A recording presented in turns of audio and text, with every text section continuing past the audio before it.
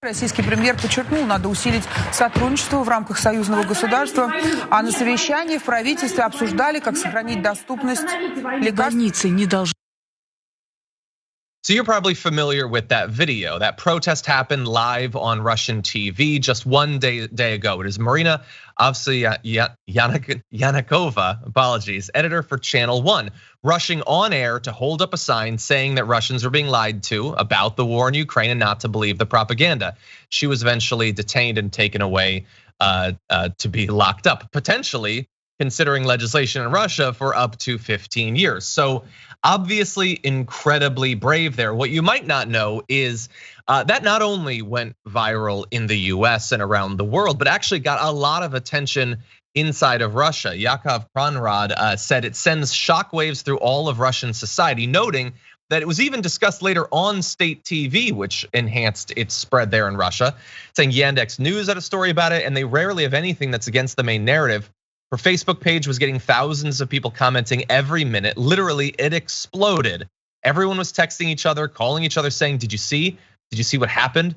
And many of the human rights activists that I'm talking to feel this may very well be the start of the wave to see someone like that. Channel 1 has 250 million viewers. It's the #1 watch station by most common Russians. For a lot of Russians, this is the first time they saw any dissenting voice. So look, any of these protesters, it's incredibly brave considering what they're up against and how many have already been locked up. To do it on air like that, at risk to potentially years of your life, to start a conversation that might break through some of the propaganda, even more brave.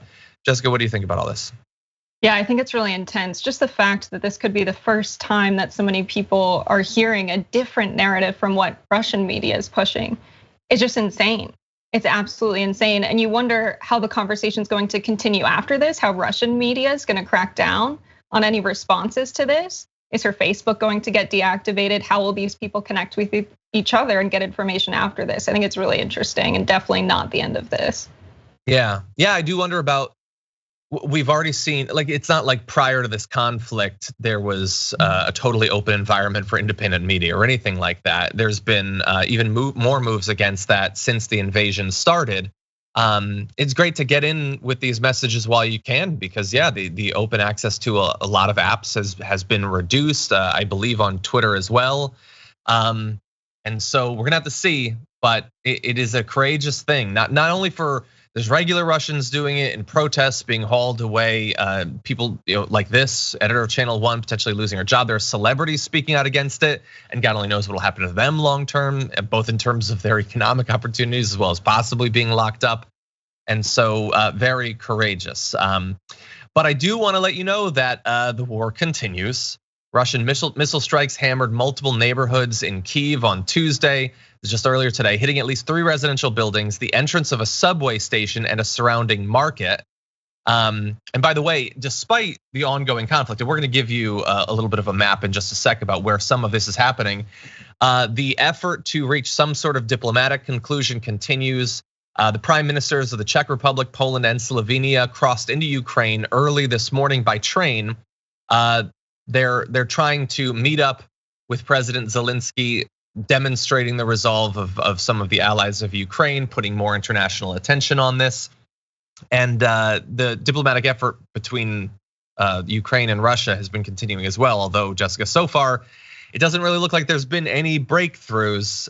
Maybe not surprising, but disappointing. Yeah, I mean, what's really sad is the decision makers in this conflict are not going to be the people dying in the conflict, right? Mm-hmm. We've got these leaders making decisions, playing geopolitical games with each other, right? It's strategy, it's a lot of game theory.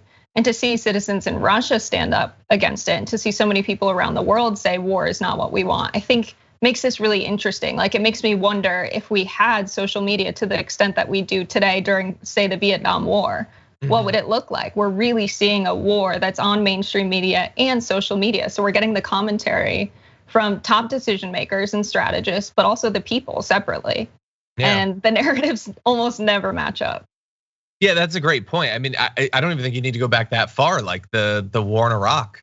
Yeah. I mean, there was some social media, but there wasn't Facebook, I don't think. There wasn't Twitter, there wasn't Instagram, certainly no TikTok or Telegram or WhatsApp. Like, there was some ability via blogs, Maybe there were podcasts at that point, but how different might it have been?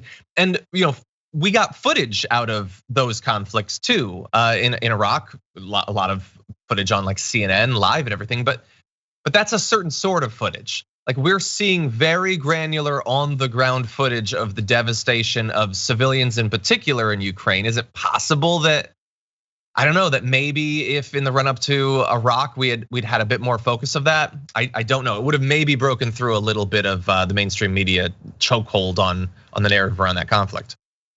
Yeah, absolutely. We love to paint conflicts like they're black and white. Like there's always a clear villain and always a clear hero. And like even in Russia, this protester might see, okay, on Russian media, they're saying that Russia's exhibiting like a lot of restraint, only targeting Nazis. But then you see this footage of them just like decimating towns, attacking civilians. That adds a lot to the narrative here. It's not so black and white. There's a lot of nuance to the situation. And the more people can get media from other sources, the better it is. Yeah. Well, no, I am glad to know that they're only targeting the Nazis. I mean, yesterday on the show, we talked about how they bombed this residential block and killed 3 civilians. It is an amazing feat to be able to level an entire residential block and only take out the 3 Nazis that are living there. I am glad that they exercise this restraint and careful targeting.